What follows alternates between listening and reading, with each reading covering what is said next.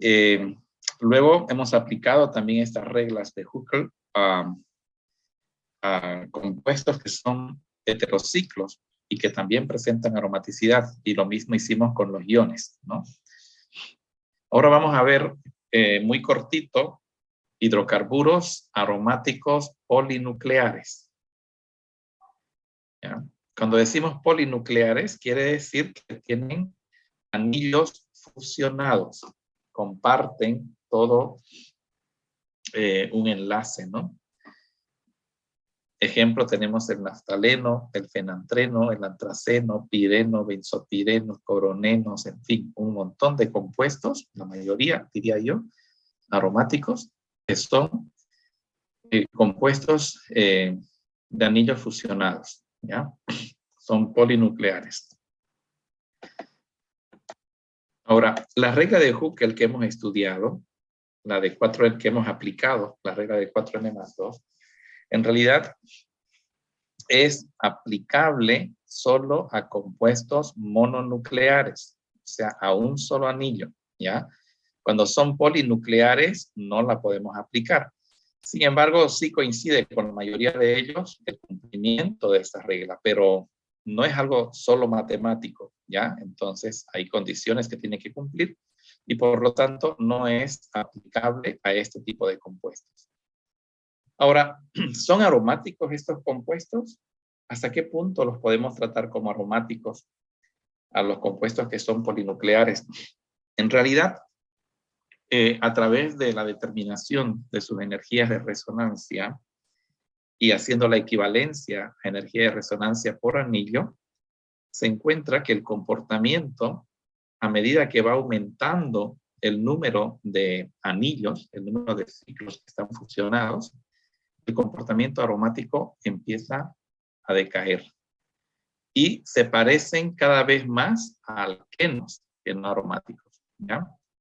Entonces ya cuando hay muchos ciclos unidos, tiene un comportamiento más parecido al de un alqueno, o sea, una mayor reactividad que al comportamiento de un aromático.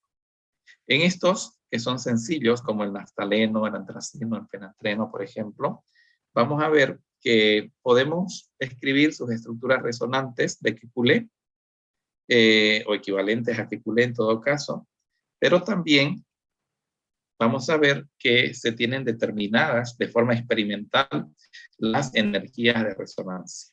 Aquí tienen, por ejemplo, para el naftaleno, las estructuras resonantes que presenta el naftaleno. Voy a poner mi puntero. Las 3 estructuras resonantes del naftaleno, cómo se van moviendo los enlaces dobles ahí.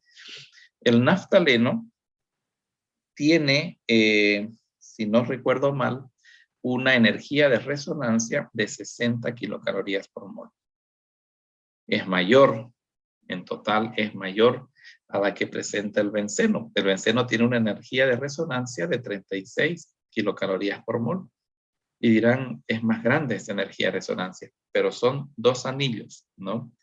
Si nosotros queremos comparar con el benceno, que es uno solo, entonces esos 60 debemos dividirlo entre 2 y por tanto nos da un valor de 30 kilocalorías por mol, ¿no? Entonces disminuye la aromaticidad. La aromaticidad del naftaleno es un poco menor que la aromaticidad del benceno, ¿ya? Porque en su energía de resonancia se manifiesta eso. Luego tenemos aquí el antraceno. Resulta que el antraceno y el fenantreno tienen una energía de resonancia más o menos de 84. Si divido 84 entre 3, poquito más, poquito menos, ¿ya? Nos da una energía de resonancia aproximada de 28. Entonces, un anillo más y una menor energía de resonancia, ¿ya? Sin embargo, sí podemos escribir sus estructuras resonantes, como se muestra aquí, para el antraceno, y lo propio pueden hacer para el fenantreno, ¿ya? Bien, entremos ahora de lleno a la segunda parte, que son las reacciones propiamente. La sustitución electrófila aromática. También van a encontrar en los libros que dice sustitución electrofílica, ¿ya? En realidad se debe decir que lo correcto es electrófila, pero Como la mayoría de los libros son traducidos por mexicanos, entonces escriben electrofílica. ¿Ya? ¿A qué se refiere con sustitución electrófila aromática? Es la reacción que hemos hecho ya, incluso anoche. Cuando hacemos la nitración del benceno, cuando hicimos la nitración del benceno, a ver, alguien que recuerde qué fue lo que hicimos exactamente. ¿Cómo la hicimos la nitración? Del benceno. Para obtener el nitrobenceno. ¿Qué hicimos? ¿Ricky? Filtración, doctor. No. La filtración es una operación de separación, es una operación física, nada que ver con una reacción química. ¿Cómo llevamos a cabo la nitración del benceno? ¿Con el ácido pícrico? No. Nitración del benceno. El ácido pícrico fue anoche su obtención. Ácido nítrico por ácido sulfúrico. Perfecto. Lo primero que hicimos fue preparar una mezcla sulfonítrica, ¿verdad? Que consiste en mezclar el ácido nítrico con el ácido sulfúrico. ¿Y por qué los mezclé? Porque cuando miro la reacción, el ácido sulfúrico no está. Si yo igualo la reacción, voy a tener que igualar benceno más ácido nítrico, que me da nitrobenceno más agua. Y no veo el ácido sulfúrico por ahí, ni en reactivos, ni en productos. Pero cuando hago la reacción, lo utilizo. Entonces, ¿qué realmente es lo que he logrado cuando he mezclado el ácido sulfúrico con el ácido nítrico? ¿Qué creen?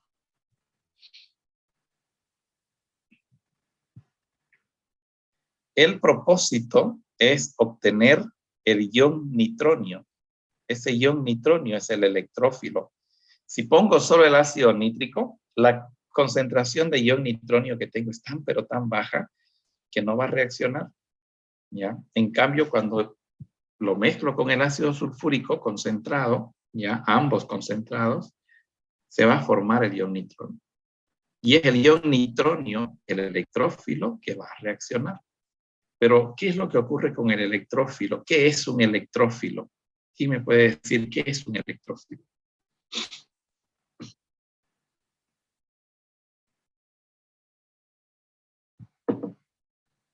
¿Mm? Pregunta de Química Orgánica 1. ¿Qué es un electrófilo?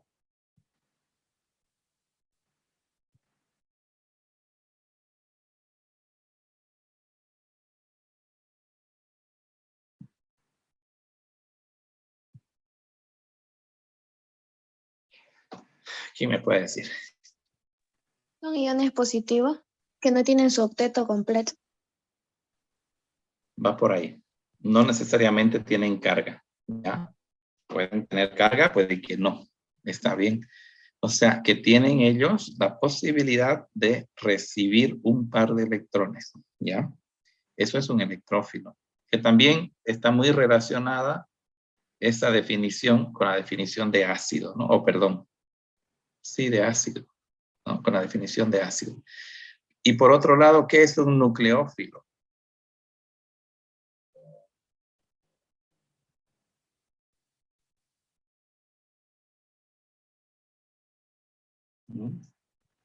¿Qué será un nucleófilo? Fíjense que cuando definen nucleófilo, en Orgánica 1, lo definen como una especie química que puede tener carga o no, pero que tiene un par de electrones para compartir, ¿verdad? Eso es un nucleófilo. Entonces, aquí, este es el benceno. Pueden ver aquí los electrones que están dando vueltas en esos anillos. Esa nube electrónica que ven ahí, la nube pi, ¿hace que el benceno sea nucleófilo o no? ¿El benceno es un nucleófilo?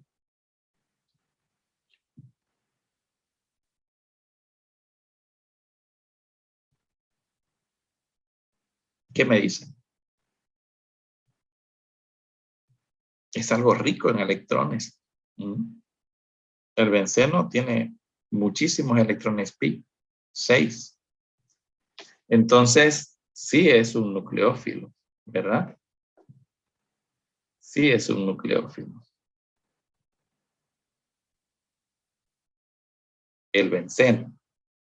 Por tanto, un nucleófilo, ¿con quién reacciona? El nucleófilo tiene electrones. Tiene que haber alguien que los necesite. Ese alguien es el electrófilo, ¿no? Entonces, aquí se llama sustitución electrófila aromática, primero porque es una reacción de sustitución, ¿ya? No es adición, no es eliminación, nada de eso, ni redox. Sustitución. O sea, tiene que salir alguien para que entre otro. Y ese otro viene a ser el electrófilo y reacciona con este anillo porque ese anillo es rico en electrones, es nucleófilo, ¿ya? Entonces pueden ver ustedes que aquí hay una flechita roja que sale del anillo, no de un carbono específico, sino del anillo, y se dirige hacia el electrófilo. Sale de ahí porque los electrones fluyen desde ahí, ¿no? La flecha siempre me muestra el flujo de los electrones, ¿no? Y se une con el electrófilo. En cualquiera de los carbonos se va a dar la unión, porque son equivalentes todos, ¿ya? Entonces, caramba, al unirse, ha ocurrido algo interesante que decíamos que no pasaba. Vean aquí donde está mi puntito. Ahí se ha unido el electrófilo. ¿Cuántos enlaces tiene ese carbono? El del punto.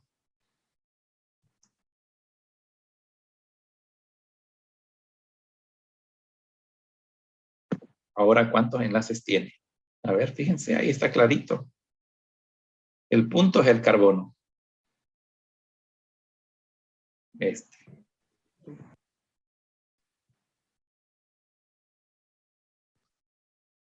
¿Acaso no cuentan? ¿Cuántos enlaces cuentan ahí para ese carbono? 2. No. Sí está. Mire, este es el carbono. 4. 4. Están claritos, ¿no? Uno con E, otro con el otro carbono, otro con el otro carbono y el otro con H. Y este, ¿no? 4. ¿Y qué hibridación tiene entonces ese carbono? SP3. SP3. Pero acá era SP2. Entonces, cuando se une con el electrófilo, cambia de hibridación, se rehibrida a SP3. Pero ocurre algo más interesante que una simple rehibridación.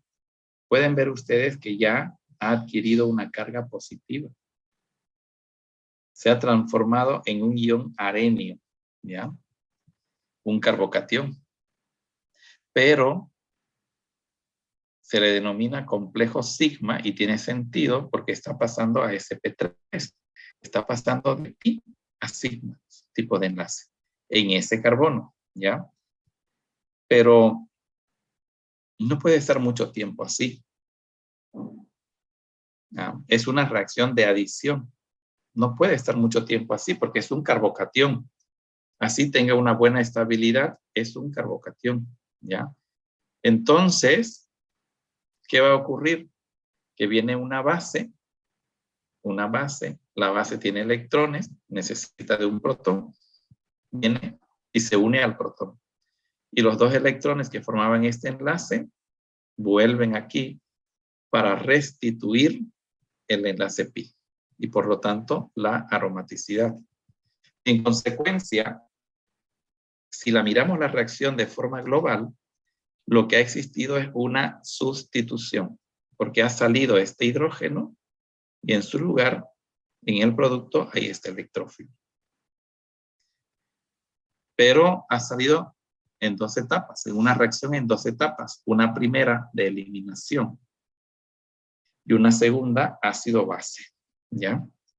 Entonces, así es como ha salido realmente. Y esto que ven aquí son las 2 etapas del mecanismo de reacción de la sustitución electrófila aromática. No hay muchas reacciones, no hay muchos mecanismos. Hay uno, y es este, el de la sustitución electrófila aromática. ¿Ya? No importa lo que yo esté haciendo en la reacción de sustitución, nitración, sulfonación, alquilación, halogenación, no importa. Todas siguen el mismo mecanismo de reacción, que es este.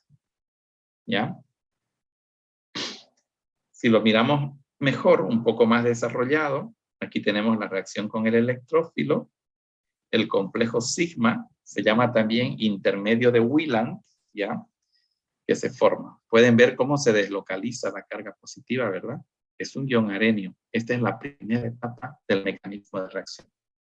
Formado el ion arenio, este reacciona con la base, ¿ya?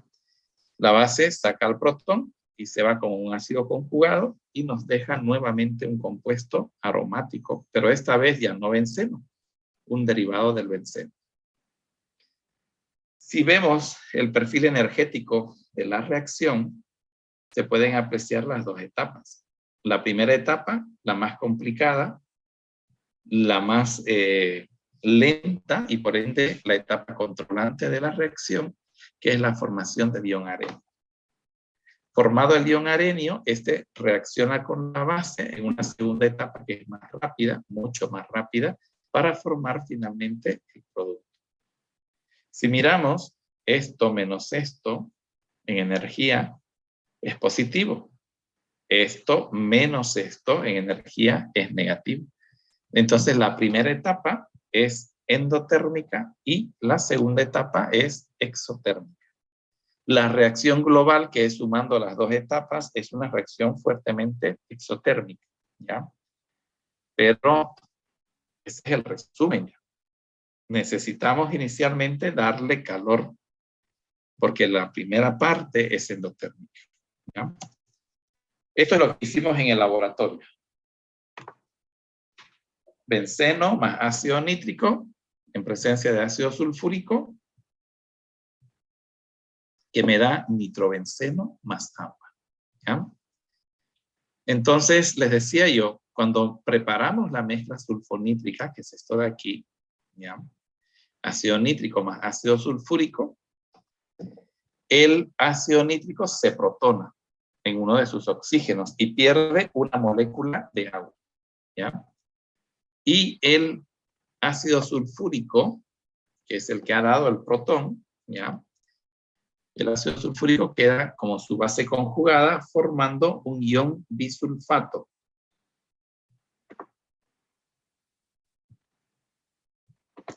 Este de aquí, no sé qué pasa con esto.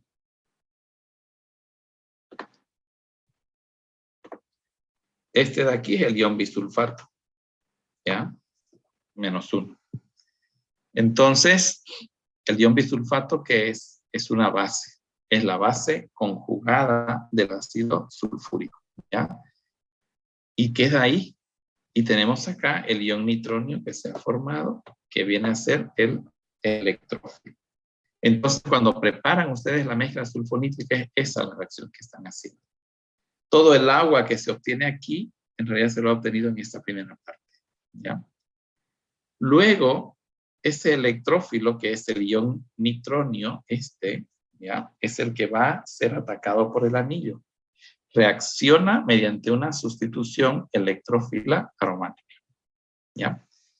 Y luego viene la base en una segunda etapa. Ya no veo el puntero. Aquí está. La base, ¿ya? Viene por un protón. Y los electrones, carbono e hidrógeno que habían ahí, vuelven para recuperar la aromaticidad. Y entonces, en resumen, la reacción fue una reacción de sustitución. Pero paso a paso hubo primero una adición y después hubo una reacción donde el ácido sulfúrico, un ácido base, está, no el ácido sulfúrico, el ion bisulfato, está abstrayendo un protón, ¿ya? Y ese es el mecanismo de reacción de la primera reacción, que fue la obtención del nitrobenceno. ¿Es la única reacción de sustitución electrófila? No, estamos empezando. Son muchas reacciones las que hay de sustitución electrófila. En el caso de la sulfonación,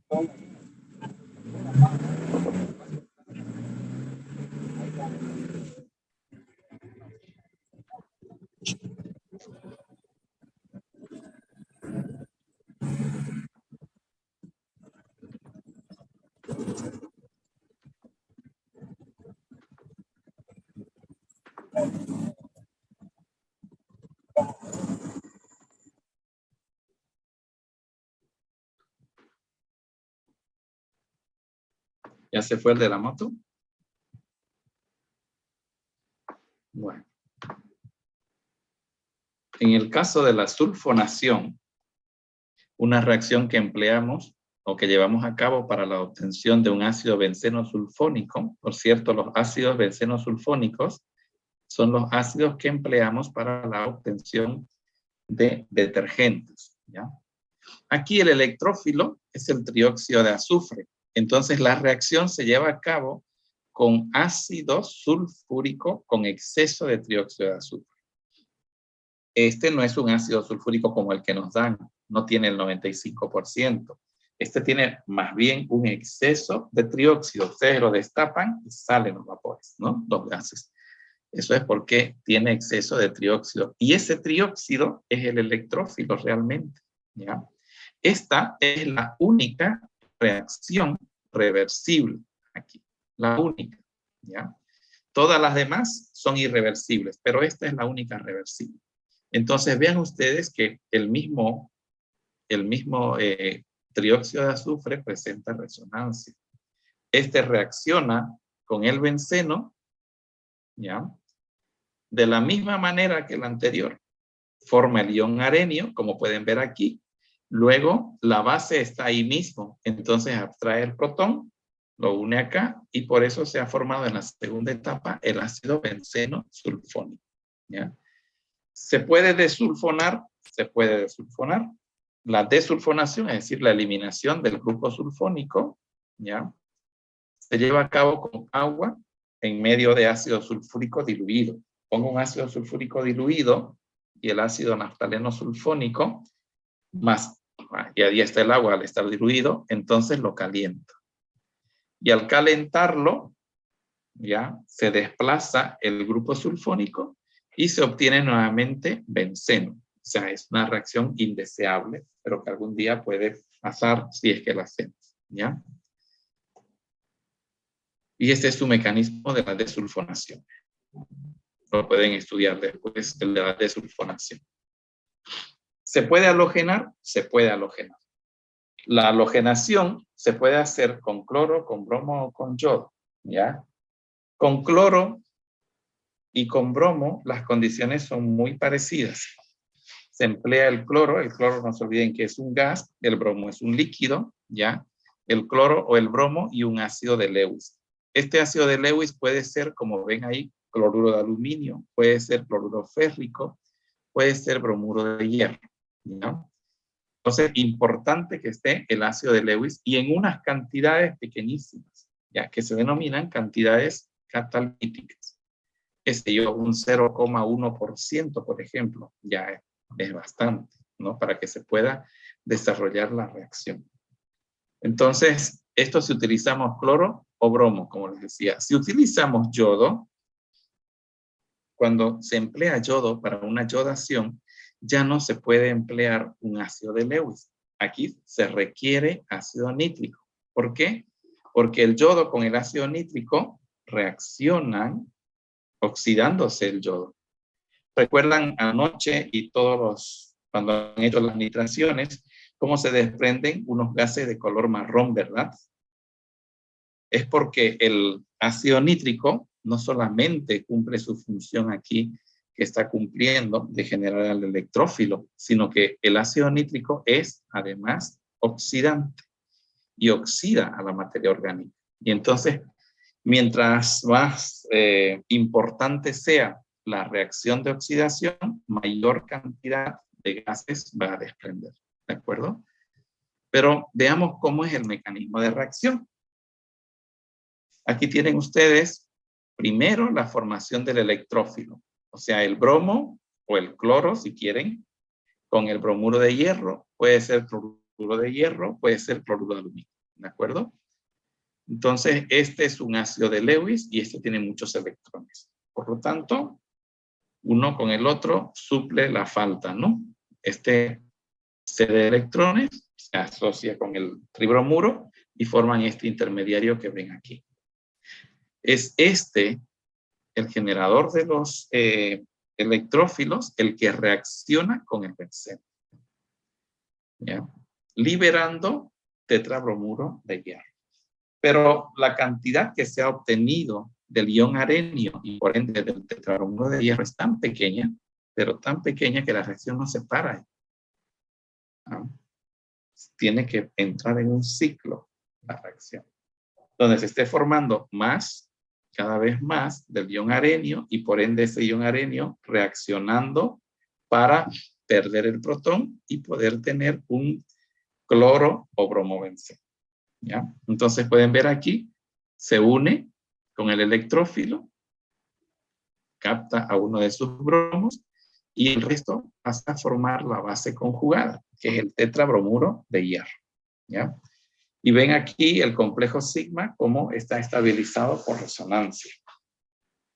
Pero no termina ahí. Una vez formado el ion arenio o complejo sigma, entonces este debe reaccionar con la base que está ahí.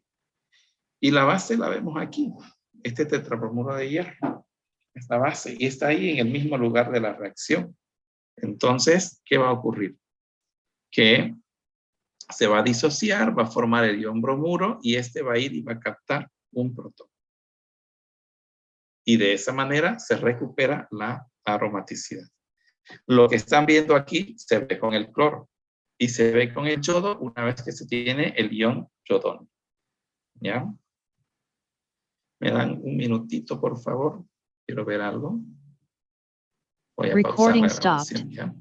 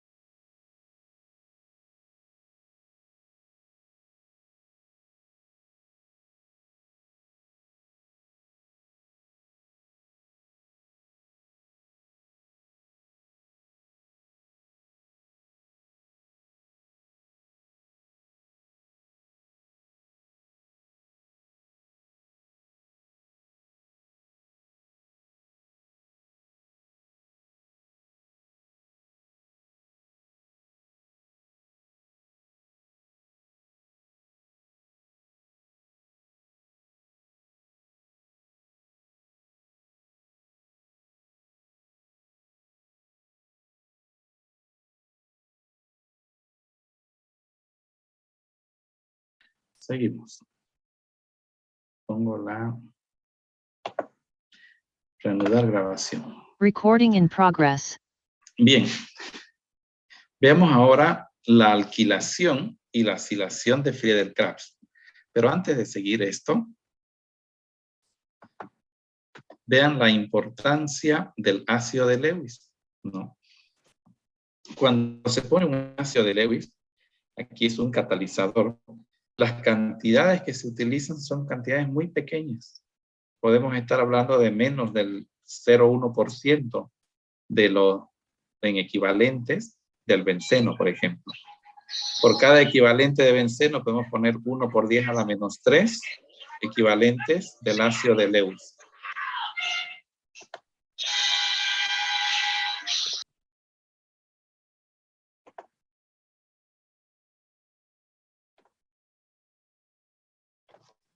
Ya está fuera.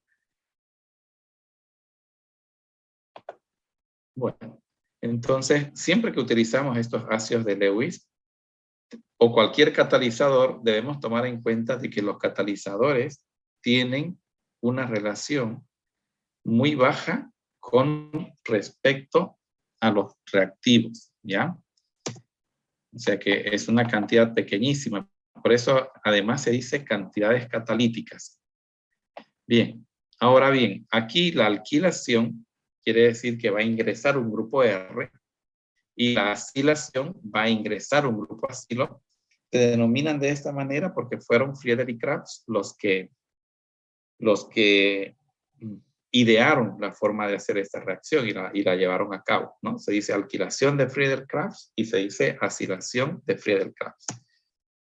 En la alquilación obtenemos un areno, o sea, un alquil benceno, ¿ya? Es una reacción que tiene lugar con un halogenuro de alquilo y con la ayuda de un catalizador. Ese catalizador es un ácido de Lewis, como los que ven ahí, ¿ya? Y se obtiene, como les decía, un alquil benceno. Hasta ahí parece muy sencillo, pero no lo es, ¿ya? ¿Por qué?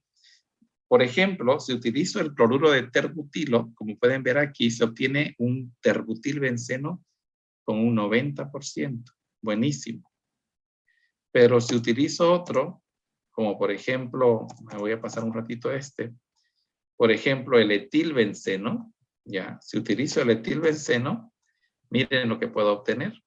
Dietil, paradietil, ortodietil, etilbenceno, que es lo que buscaba, y trietilbenceno inclusive, ¿ya?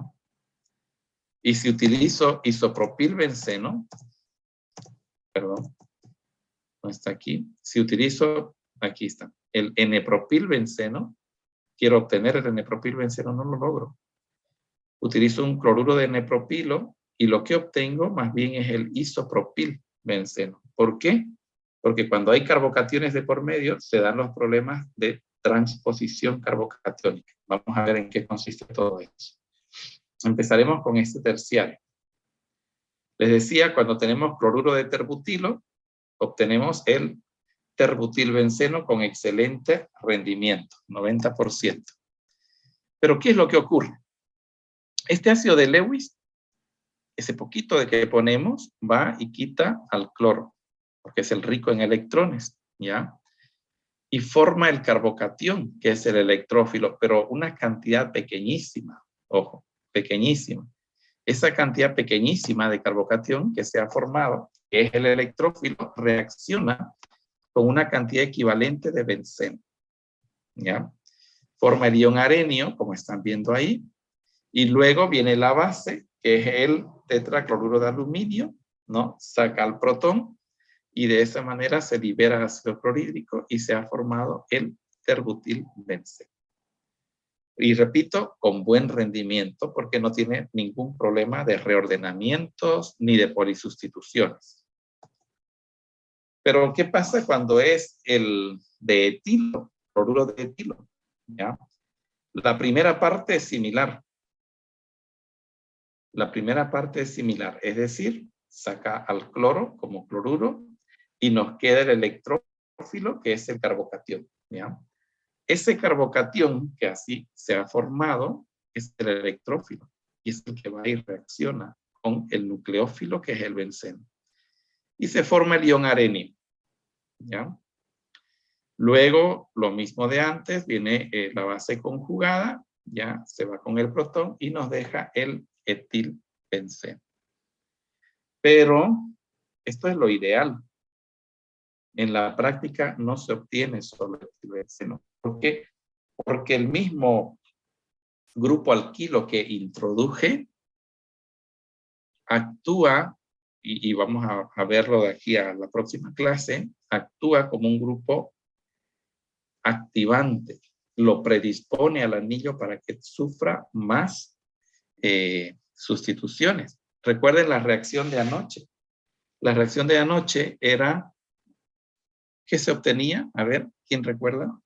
¿Cuál era el producto el que se han llevado a su casa?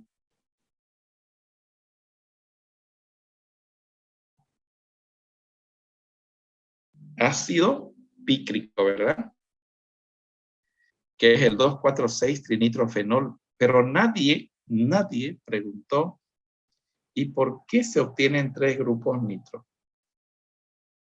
¿Por qué no pudo haber sido el 2-nitrofenol, o el 4-nitrofenol, o el 3-nitrofenol, o el 6-nitrofenol? ¿Por qué tuvo que haber sido 2,4,6-trinitrofenol? ¿Ya? Y la respuesta, la química, la vamos a dar la próxima clase, pero ahora podemos adelantarnos un poquito y decir, porque ese grupo hidroxilo es un grupo activante muy fuerte. Y entonces no puedo controlar la reacción. Primero entra un grupo nitro, pero luego, como está muy activo, entra el otro y entra el otro. A esas 3 posiciones y no a otras. ¿Ya? Entonces, aquí pasa algo parecido. Que este grupo, etilo, es un grupo que predispone al anillo para que entren otros electrófilos que están ahí presentes. Y esos otros entran a las posiciones 2, o sea, a la orto y a la para, a la 2, a la 4 y a la 6. Claro, si tiene campo. Y me dirán, ¿y no pasaba eso con el anterior? ¿Con este? Sí, pero este es voluminoso, es una cosa grande el terbutilo. Entonces, no le deja espacio para que otro pueda venir a unirse. Algo muy diferente a lo que pasa con este. Fíjense esto. Esto buscamos y todo esto obtenemos. ¿Ya? El para, el orto, el trietilbenceno, etc. Entonces, esas son polisustituciones. Y las polisustituciones se dan normalmente cuando se hacen alquilaciones de Friedel-Crafts. Luego vamos a ver otros caminos para que no se generen polisustituciones. Y otro problema, además de la polisustitución, es la transposición. Al ser un mecanismo carbocatiónico, los carbocationes buscan su estabilidad termodinámica. Terciario más que secundario, secundario más que primario, ¿verdad? Entonces, cuando se ha formado uno secundario, puede haber transposición para la obtención de uno terciario. Y al revés, cuando sea, no al revés, sino complementando. Cuando se ha formado un carbocatión primario, puede evolucionar hacia uno secundario o hacia uno terciario. Por ejemplo, aquí se hace con el cloruro de nepropilo. Y se espera esto. Aquí está el carbocatión, en el primario. Pero si estuviese la carga aquí, sería mejor, porque formaría uno secundario que es más estable. Pues entonces, se establece la carga. ¿Ya? Y el protón que se saca es de ahí. Y entonces me ha quedado un carbocatión secundario, más estable que uno primario. Pero yo esperaba, como producto, obtener el N-propilbenceno. Y esto me está conduciendo a otro producto, que es cierto. Ahora, formado ya el carbocatión, entonces reacciona con el benceno y se obtiene el isopropilbenceno. También se lo llama cumeno en la industria petrolera. ¿Ya? Entonces, vemos ya que hay polisustituciones y que hay transposiciones. que son aspectos muy negativos de la alquilación.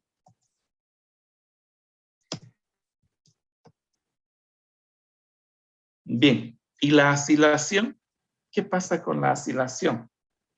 La acilación de Friedel-Crafts se ideó para evitar el problema de las transposiciones y de las polisustituciones, ¿ya? En vez de emplear un halogénuro de alquilo, se les dio por emplear un halogénuro de ácido, que es esto, haluro de acilo, ¿ya? Y ya esta vez el catalizador, cloruro de aluminio o de hierro o bromuro, ya no está en cantidades equivalentes. Ahora más bien al contrario, tiene que estar en exceso. ¿Por qué en exceso, dirán? Porque esto es rico en electrones. Quedan 4 electrones. ¿Ah? Y el electrófilo, bueno, no el electrófilo, el ácido de Lewis en este caso también es ávido por los electrones y no es selectivo. Va a ir y se va a enganchar ahí, ¿no? Y al engancharse, ¿no? Entonces ya no va a estar trabajando en su actividad catalítica. Por tanto, siempre un exceso. Uno a uno van a estar ahí enganchados y el exceso va a estar haciendo la actividad catalítica, ¿ya? Entonces se obtiene una cetona, ¿no? Alquil, aril, cetona. Se forma el electrófilo, como pueden ver, que sería un acilo, que es el que reacciona. Esto no cambia una etapa, 2 etapas, ¿no? Formación del complejo sigma, del intermediario de Wieland, como le quieran llamar, ¿ya?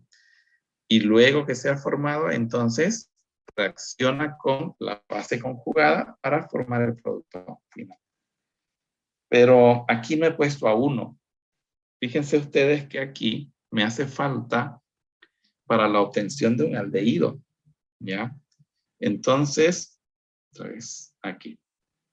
La misma reacción, esta, bueno, no la misma, pero muy parecida a la acilación de Friedel-Crafts, es la reacción que se conoce con el nombre de Gattermann-Koch, ¿ya? Y en la reacción de Gattermann-Koch utilizamos monóxido de carbono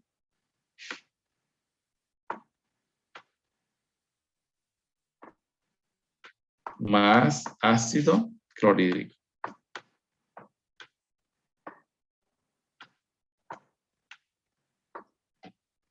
¿Ya? Y en presencia de una cantidad suficientemente grande del cloruro de aluminio. Bien. Entonces, fíjense ustedes que lo que sí está ocurriendo es que se está formando el cloruro de formilo in situ. Si ustedes van al laboratorio y dicen en la ventanilla, si no están en paro, ¿no? Les dicen, quiero cloruro de formilo, no hay. ¿Por qué no hay? Pues porque es inestable, se degrada rápidamente. ¿Ah? Entonces sí, se lo obtiene in situ precisamente por ese motivo. Se hacen reaccionar el monóxido y el ácido clorhídrico en presencia de cloruro de aluminio y lo que se obtiene es el aldehído.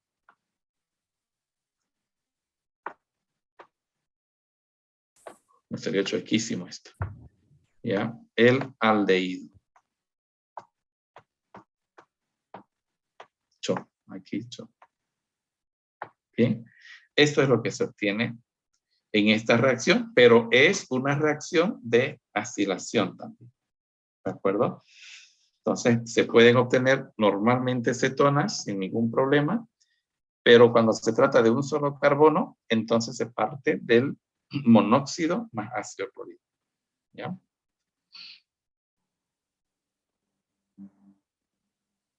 Perdón. Recording stopped.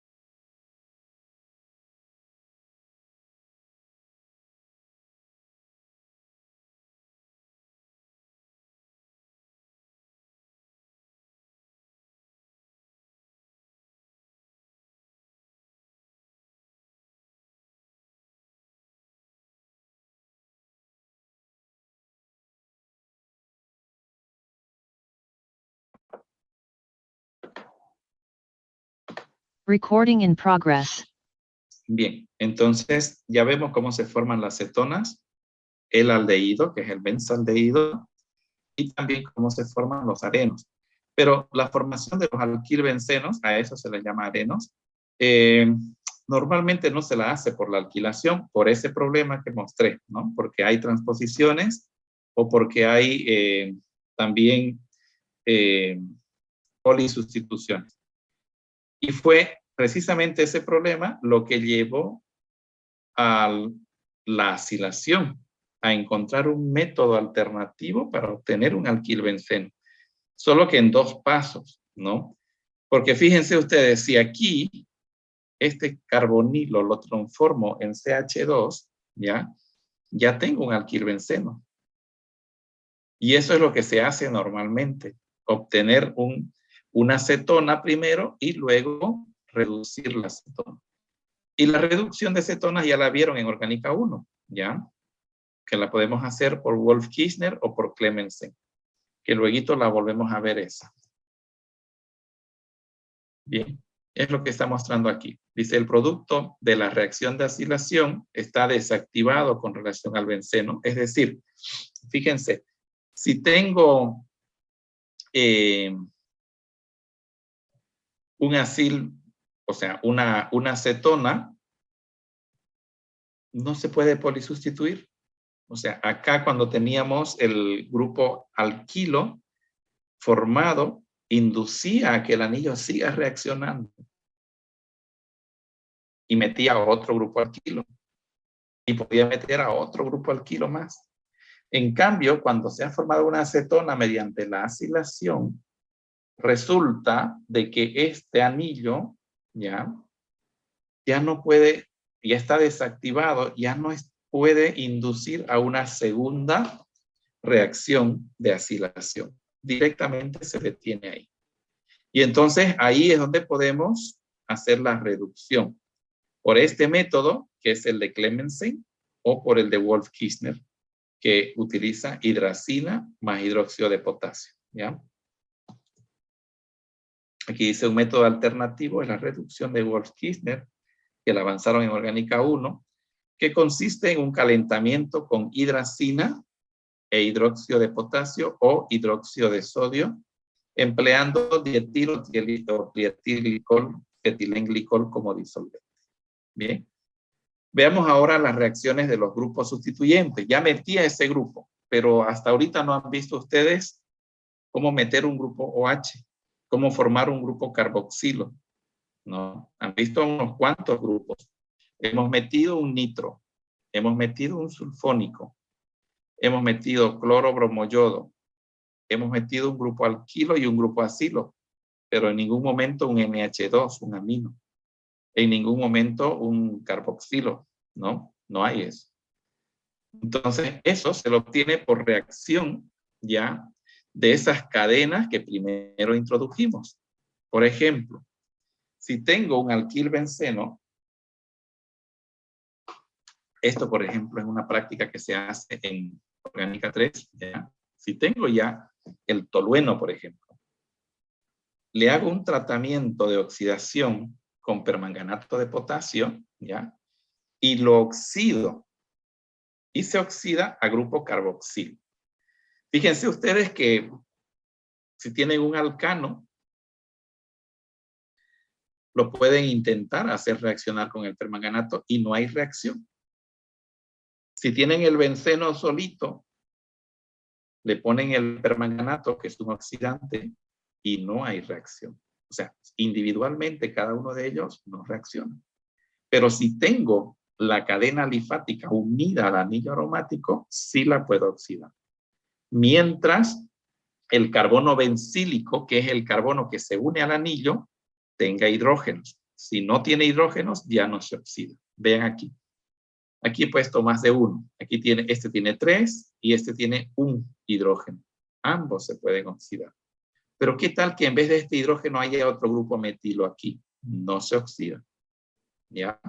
Mientras exista un hidrógeno en el carbono bencílico, sí se oxida. ¿De acuerdo? Aquí obviamente hay 3 hidrógenos, así que se va a oxidar. Esta reacción se lleva a cabo en medio básico, ¿ya? Y por eso es que se obtiene un carboxilato. Luego le cambiamos el medio, es muy bonita la reacción, le cambiamos el medio y lo transformamos en grupos carboxilo. Y me dirán, ¿y el resto qué pasó? Porque aquí veo 1, 2 carbonos más. Se va como dióxido de carbono, ¿ya? Se oxida este y el resto también se oxida, pero se eliminan como dióxido de carbono. Entonces, hemos aprendido aquí a obtener, por ejemplo, el ácido benzoico. Si yo pusiera,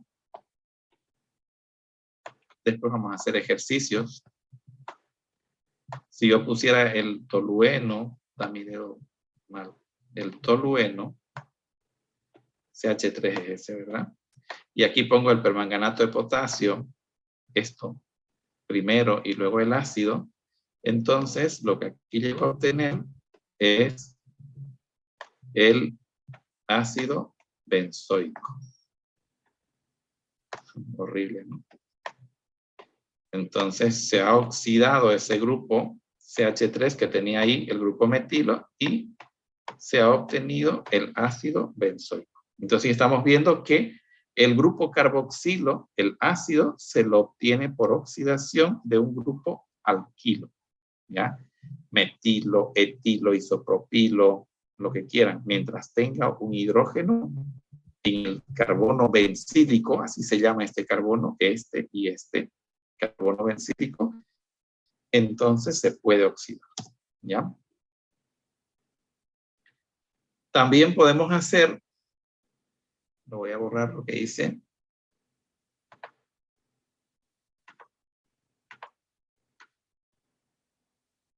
También podemos hacer la halogenación de la cadena lateral. La halogenación de la cadena lateral, ¿ya? ¿En qué consiste? Recuerden ustedes que el bromo, el cloro, el yodo reaccionan con un alcano, ¿ya? Irradiando con luz o calentando. Entonces, en este caso, por ejemplo, estamos irradiando. Cuando ustedes ven esto, son condiciones halogenantes de la cadena. ¿Ya? Son condiciones halogenantes de la cadena. No va a reaccionar ese bromo o cloro o yodo, si pongo ahí, no va a reaccionar con el benceno, con el anillo, no, van a reaccionar con la cadena, ¿ya? ¿Dónde? En la posición bencílica de preferencia. Aquí, en este carbono. Sale un hidrógeno y en su lugar entra el halógeno, ¿ya? Esto es lo que ocurre. Entonces, estamos viendo que se puede obtener un halógeno en la cadena lateral. Se puede introducir. Luego, tenemos la reacción de Sandmeyer. Esta de aquí, esta reacción es a partir del nitrobenceno. Ese nitrobenceno que obtuvimos en el laboratorio es realmente un compuesto muy versátil. Se pueden obtener muchas cosas a partir de él, ¿ya? Con el nitrobenceno lo puedo reducir primero. Y esa reducción, que es otra síntesis que hacemos en el laboratorio de Orgánica 3, la puedo hacer con hierro o la puedo hacer con zinc, o perdón, con estaño, ¿ya? Y ácido clorhídrico. Y se reduce el grupo nitro al grupo amino. Y he obtenido la anilina. ¿De acuerdo? Pero ese grupo amino lo puedo llevar mediante una reacción que se llama reacción de Sandmeyer a una sal de aril diazonio, a esta sal de diazonio que ven aquí, haciendo una reacción con nitrito de sodio en medio ácido, clorhídrico o sulfúrico, pero a baja temperatura. Tenemos que cuidarnos de que aquí la temperatura esté entre 0 y 5 grados, ¿ya? Y entonces se obtiene este compuesto que es cloruro de, aquí es toluidil diazonio, ¿ya? O podría ser un hidrógeno sulfato si es que emplee el ácido sulfúrico. Y este esta sal de diazonio, miren lo que puede pasar con ella. Esta sal de diazonio, si reacciona con un cloruro de cobre, clorobenceno, con un bromuro de cobre, bromobenceno, con un cianuro, benzonitrilo, con un yoduro de potasio, yodobenceno, fluorobenceno, el mismo benceno. Si lo caliento, por ejemplo, simplemente, si dejo que se caliente, como estoy en un medio ácido, se me va como benceno. No me sirve de nada porque no voy a hacer tanto para que nuevamente vuelva a cero, ¿no?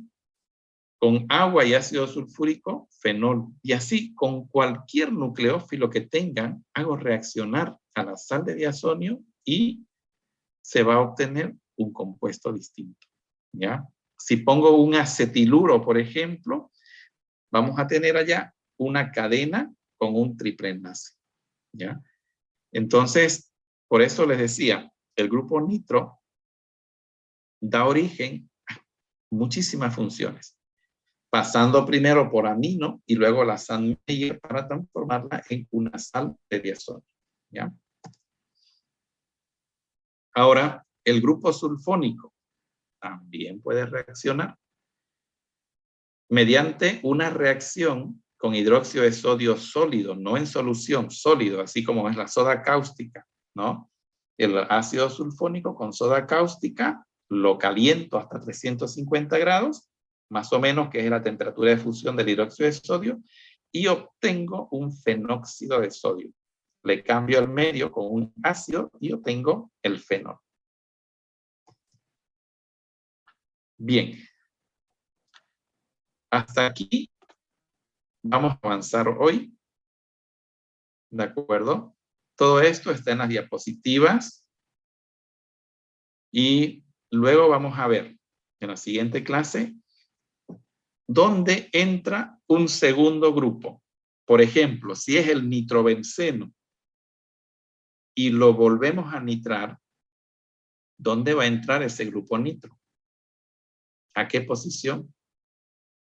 Orto, meta, para. Ya hemos visto un laboratorio que nos salió fallido por el asunto del reactivo.